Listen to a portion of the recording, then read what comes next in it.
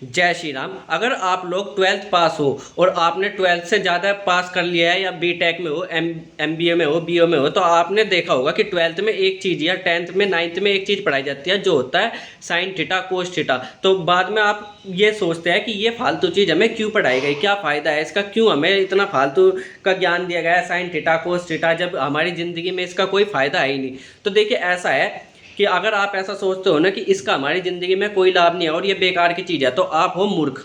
ठीक है, sine theta cos theta, अगर मैं आज आपके सामने मोबाइल चला पा रहा हूँ तो इसमें भी कहीं ना कहीं साइन थीटा कोस थीटा का ही इस्तेमाल होकर के ये मोबाइल बनाया है, क्योंकि ये मोबाइल किससे बना है, फिजिक्स से बना है। और physics sine theta cos theta और अलजेब्रा यानी कि ए स्क्वायर बी स्क्वायर सी स्क्वायर, इन सब के बिना बिल्कुल भी पॉसिबल नहीं हो सकती। अगर आपको फिजिक्स के कोई भी चीज़ बनानी है, जैसे रेल बना दी, बस बना दी, सारी की सारी चीज़ किससे बनती है, भौतिक से बनती है। भौतिकी मतलब फिजिक्स से बनती है और फिजिक्स में मैथ चाहिए होता है। और मैथ में कौन सी चीज़, आपके मैथ में ये नहीं पूछा जाएगा कि इसकी ये परसेंटेज निकाल लो, या उसने 10 रुपये में इतनी चीज़ बेच दी तो उसको कितने रुपए का फ़ायदा हुआ, ये नहीं पूछा जाता। फिजिक्स में सिंपली क्या आता है, यही आता है sine theta cos theta, angles और कैलकुलस। ये सारी की सारी चीज़ें कहाँ पर इस्तेमाल होती है, फिजिक्स में इस्तेमाल होती है, जिसके कारण हम आगे चल करके बहुत सारे आविष्कार करते हैं जो आगे आपको आविष्कार के रूप में मिलते हैं। आज आप गाड़ी में बैठ करके कहीं भी जा सकते हो,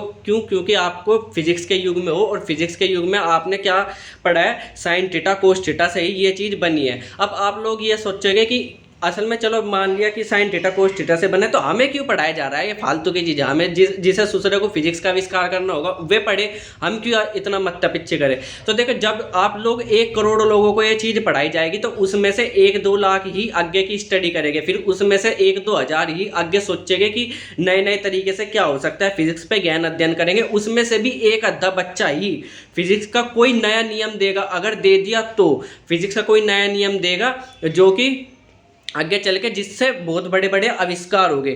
ठीक है, तो इसीलिए हर किसी को पढ़ाया जाता है उस एक बच्चे को निकालने के लिए। अगर मान लो 1 लाख बच्चों को पढ़ाएंगे तो कम बच्चे निकलेंगे, 1 करोड़ को पढ़ाएंगे तो ज़्यादा बच्चों की संभावना होगी कि ज़्यादा बच्चे निकल जाए और ज़्यादा से ज़्यादा आविष्कार हो सके।